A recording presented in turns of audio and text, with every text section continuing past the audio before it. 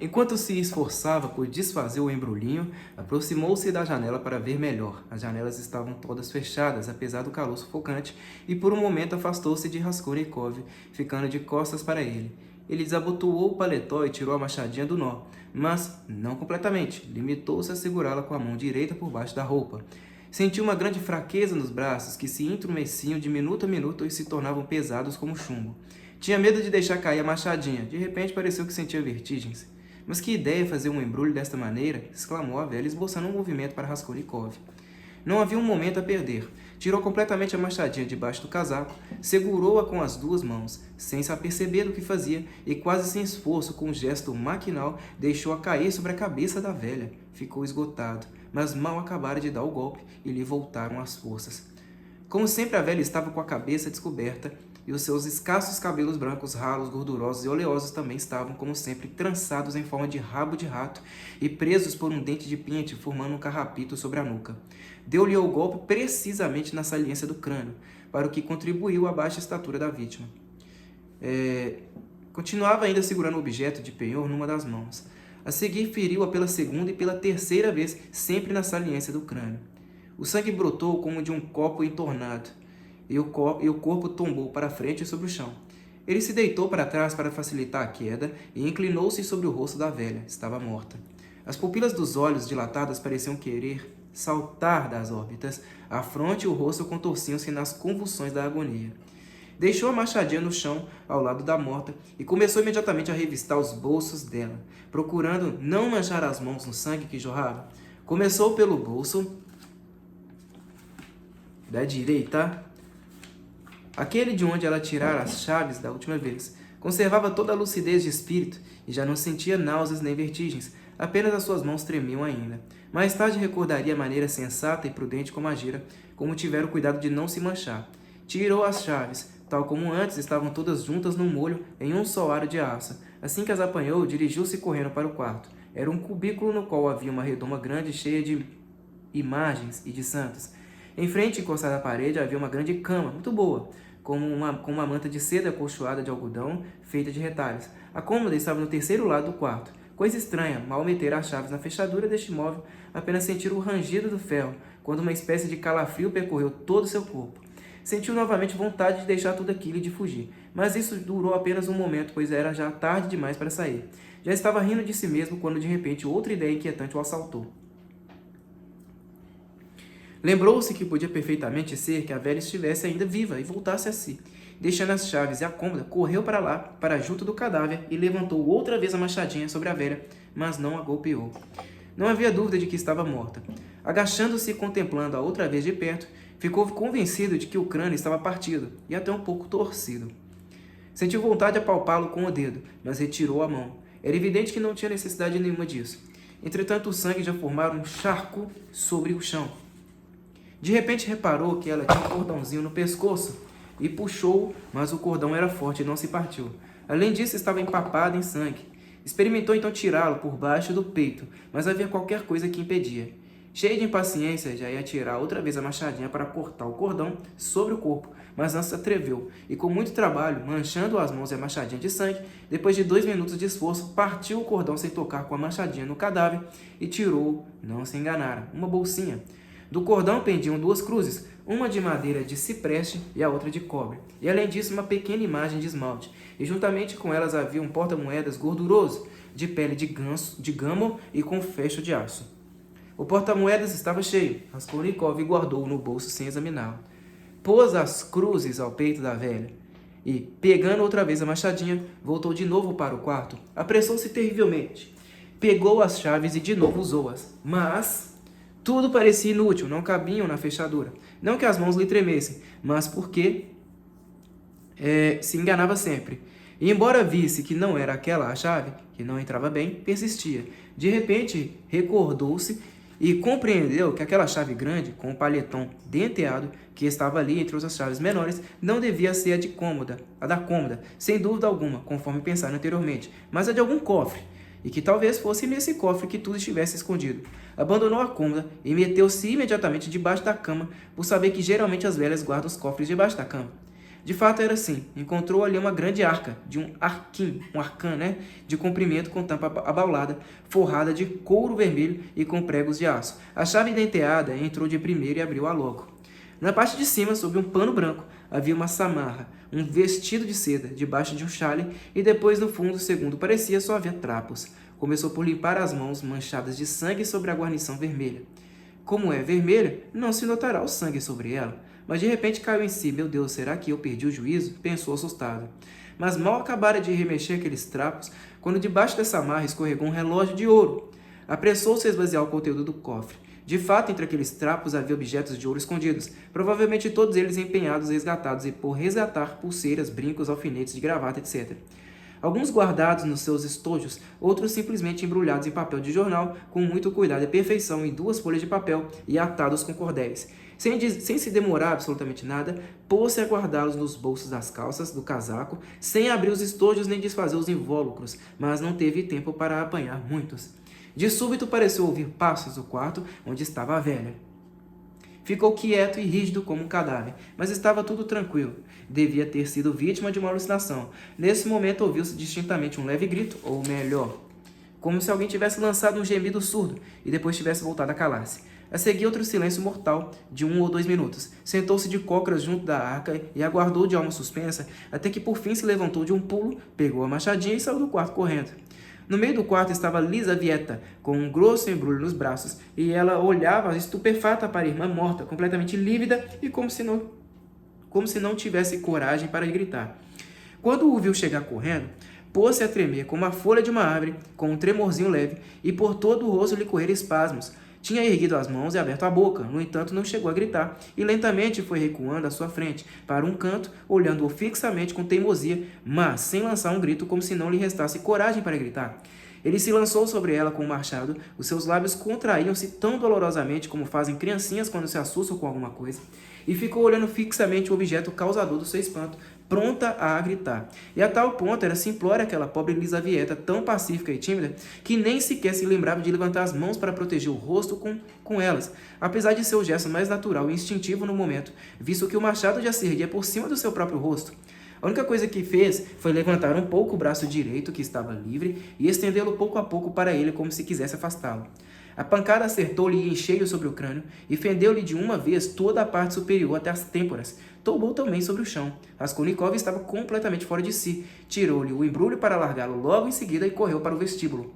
O medo apoderava-se dele cada vez com mais força, sobretudo depois desse segundo homicídio completamente inesperado. Estava ansioso por se ver longe dali, o mais depressa possível.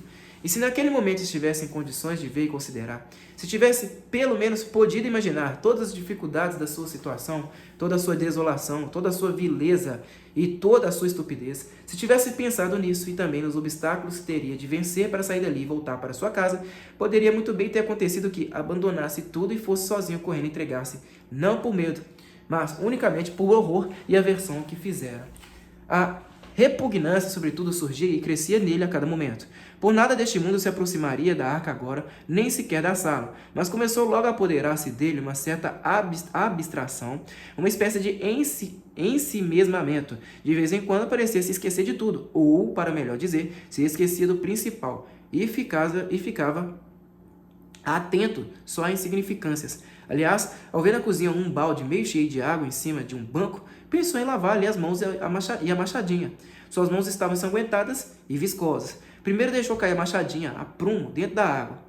Então pegou um pedaço de sabão que estava na janela, num prato quebrado, e pôs-se a lavar as mãos no mesmo balde. Depois de lavá-las, tirou a machadinha, limpou o aço e ficou lavando o cabo durante muito tempo, por 2 ou 3 minutos, nas partes em que estava ensanguentado, usando também o sabão.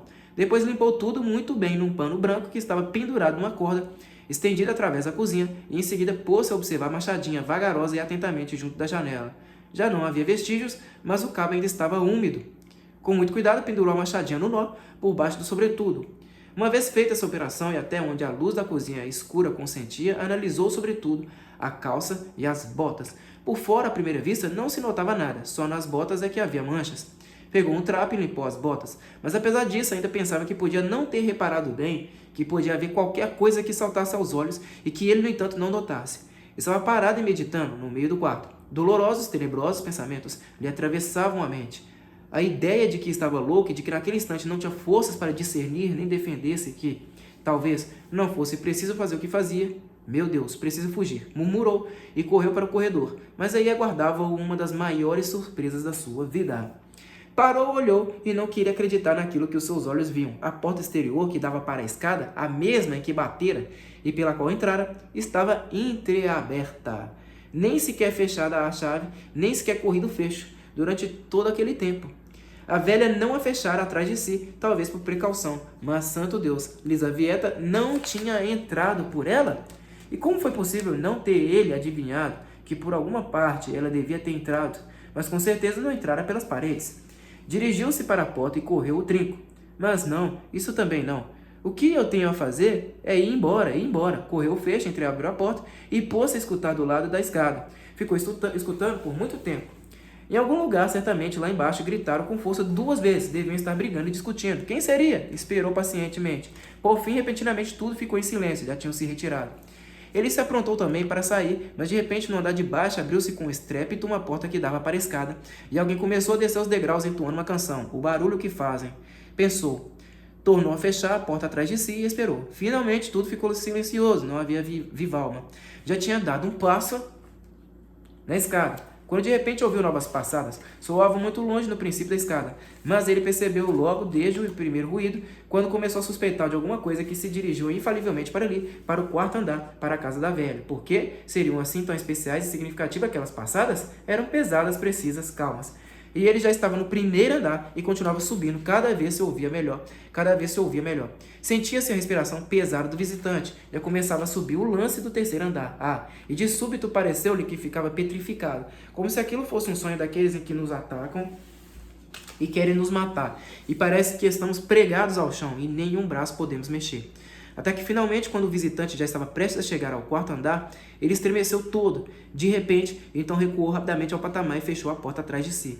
Depois pegou o trinco e correu devagarinho sem fazer barulho. Valeu-lhe o instinto. Após ter feito isso, escondeu-se sem respirar, acocorando-se junto da porta.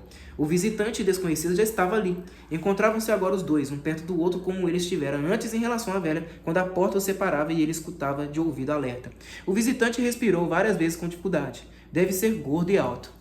De fato, tudo aquilo parecia um pesadelo. O visitante puxou a campainha e chamou com força, mas o som fraco da campainha soara quando lhe pareceu de súbito que alguém se movia na sala. Ficou escutando atento durante uns segundos. O desconhecido tornou a chamar, esperou um momentinho e, de repente, impaciente, pôs-se a sacudir o puxador da porta com todas as suas forças. Raskolnikov via com espanto o trinco saltar-se no encaixe e se esperava com medo estúpido que ele corresse sozinho de um momento para o outro. De fato, isso parecia possível, tal era a maneira como balançava a porta. Lembrou-se de segurar o fecho com a mão, mas o outro podia perceber. Sentia que perdia a cabeça, que ela estava às voltas como antes. Estou encurralado. Pensou, mas o desconhecido começou a falar e ele reanimou-se imediatamente. Mas será que elas estão dormindo ou alguém as matou? Malditas! Exclamou, como no fundo de um poço. Ei, Aliona Ivanovna, bruxa velha, Lizaveta Ivanovna, beldade sem par, abram, mas vocês estão dormindo, malditas? E furioso pôs-se outra vez a puxar pela campainha 10 vezes seguidas. Não havia dúvida de que era algum homem com autoridade e familiar naquela casa. Nesse mesmo momento ouviram-se uns passos miúdos, leves, perto dali na escada. Alguém se aproximava. A princípio, Raskolnikov nem sequer os ouviu. Será que ninguém está? Exclamou ruidosa e alegremente o recém-chegado, dirigindo-se ao primeiro visitante que continuava puxando a campainha. Boa noite, Kot. A julgar pela voz, deve ser muito novo, pensou Raskolnikov de repente. Não sei que diabo venha a ser isto.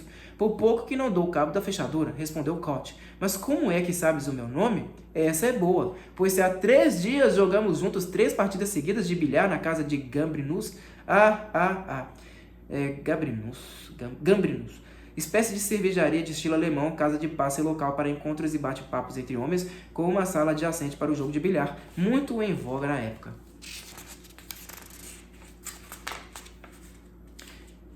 Então não estão? É estranho. A lei disso é uma estupidez horrível. Onde vou encontrar a velha? Precisava tratar de um assunto com ela. E eu também. Bem, o que se há de fazer? Temos de bater em retirada? E eu que já contava com dinheiro, exclamou o rapaz. É claro que temos de ir embora, mas então por que ela marcou uma hora? Foi ela mesma, a bruxa velha, que me marcou essa hora.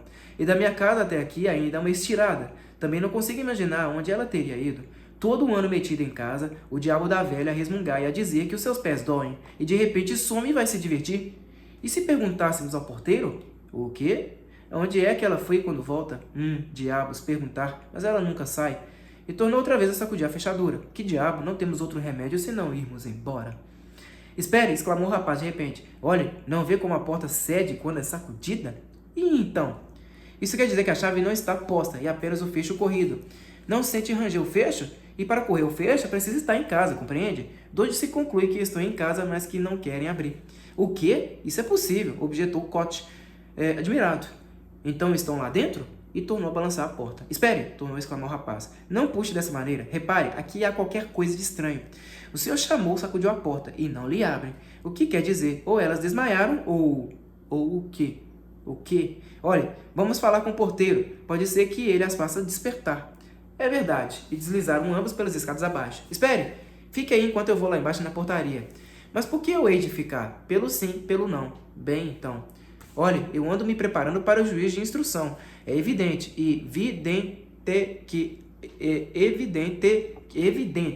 que aqui há qualquer coisa de estranho.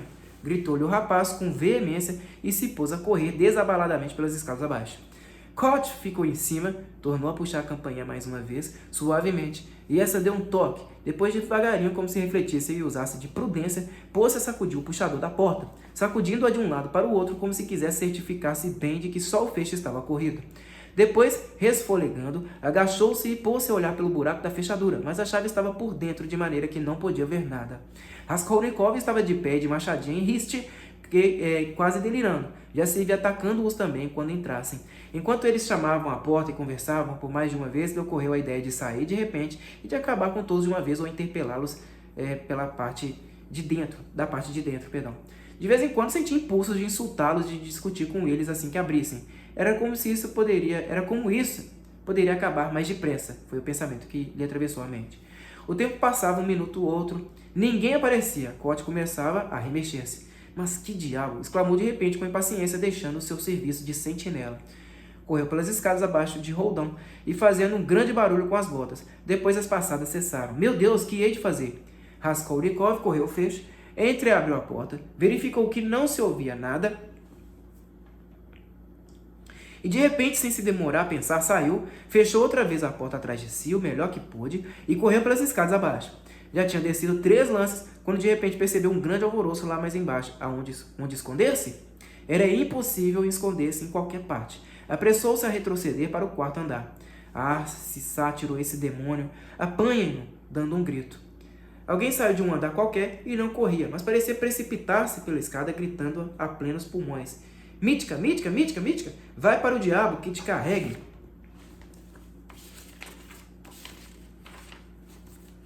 O grito acabou em um alarido. Os últimos ruídos ouviram-se já no pátio. Depois tudo ficou em silêncio. Mas nesse momento, alguns homens, falando em voz forte e alta, começaram a subir a escada no meio de um grande alvoroço. Distinguiu a voz vibrante do rapaz. Eram eles. Completamente desesperado, saiu diretamente ao encontro deles. Que seja, se me apanham, está tudo perdido. Se me deixam passar, tudo está perdido também. Hão de se lembrar de mim. Estavam prestes a chegar. Entre eles e ele havia apenas um lance de escada, e de repente, a salvação. Alguns degraus mais abaixo à direita havia um andar por alugar, e com a porta completamente aberta, aquele mesmo quarto no qual os pintores estavam antes trabalhando, os quais, como que de propósito, já tinham ido embora. Certamente eram eles que tinham acabado de sair naquela gritaria. O chão parecia recém-pintado. No meio do quarto via-se um pequeno balde ao lado, uma vasilha com tinta e uma brocha grossa. Esgueirou-se pela porta aberta e acocorou-se contra a parede. Já era tempo. Os outros já chegavam ao patamar. Depois passaram direto para o 4º andar falando alto. Ele esperou, saiu nas pontas dos pés e correu pelas escadas abaixo. Ninguém na escada. Na porta cocheira também não. Atravessou rapidamente e virou à esquerda para a rua. Sabia muito bem, sabia perfeitamente que naquele instante já teriam chegado ao andar, que haviam de ficar muito admirados ao ver que a porta estava aberta, quando um momento antes ainda estava fechada, que já deviam ter visto os cadáveres e que não demorariam a perceber e a supor claramente que o assassino estivera ali um momento antes e não devia ter feito mais do que esconder-se em qualquer lugar, deslizar próximo deles e escapar. Haviam de compreender também que devia ter se escondido no quarto vazio e ficado ali até que eles tivessem chegado lá em cima. Mas, entretanto, não se atrevia de maneira nenhuma a acelerar o passo, embora lhe faltasse ainda 100 dali até a primeira embocadura. Não seria bom se passasse debaixo de algum portão e esperasse na escada de alguma casa desconhecida? Bolas, não. E largar a machadinha em qualquer parte? E tomar uma carruagem? Pior, pior. Os seus pensamentos confundiam-se, até que finalmente encontrou uma travessa. Meteu-se por ela, meio morto, compreendia agora que já estava quase salvo. Aí se tornava menos suspeito, e além disso havia muita gente, e ele se perdia no meio daquele rebuliço como uma agulha em um palheiro. Mas todas essas emoções esgotaram a tal ponto as suas forças que mal podiam dar um passo. O suor caía-lhe em bica, seu pescoço estava empapado. Te meteste em uma boa, gritou alguém junto dele quando ia saindo ao canal. Naquele momento não tinha a cabeça muito firme. Quanto mais avançava, pior. Voltou completamente a si, quando de repente, chegando junto do canal, assustou-se ao ver que havia pouca gente ali, de maneira que quase retrocedera para a ruela. Agora pouco lhe faltava para cair, deu uma volta e foi para sua casa por um caminho completamente diferente. Chegou em casa sem estar ainda em seu juízo perfeito. Já ia pelas escadas acima quando se lembrou da machadinha. E, no entanto, restava-lhe ainda por resolver uma questão gravíssima, a de devolvê-la e colocá-la no seu lugar sem que dessem por isso. Não havia dúvida de que já não tinha forças para pensar que o melhor teria sido não colocar a machadinha no lugar, mas ainda que fosse depois, no pátio de qualquer outra casa. Mas tudo correu às mil maravilhas. A entrada da portaria estava fechada, mas não há a chave, e o mais provável é que o porteiro estivesse em casa, mas perdera a tal ponto a capacidade de raciocinar que foi direto à porta e abriu-se, e abriu-a. Se o porteiro tivesse lhe perguntado naquele momento, que deseja? Pode ser que tivesse pegado a machadinha e ele tivesse atacado, mas o porteiro não estava, e ele pôde colocar a machadinha no seu lugar anterior debaixo do banco, até a cobriu com lenha, como estava antes. Depois não encontrou viva alma até chegar ao seu quarto. A porta da senhoria estava fechada. Quando entrou no quarto, atirou-se sobre o divã, tal como estava. Não dormia, mas afundou-se num torpor. Se alguém tivesse entrado então no seu quarto, teria imediatamente dado um pulo e começado a gritar. Sombras e fragmentos de algo semelhante a ideias lhe atravessavam a mente, mas não pôde apreender nenhuma única, nenhuma só pôde deter-se por mais esforços que fizesse. Parar por aqui, pessoal. Aí, na próxima leitura, eu vou dar início à segunda parte do livro, tá? Na página 104. Muito obrigado a todos vocês. Até a próxima e falou!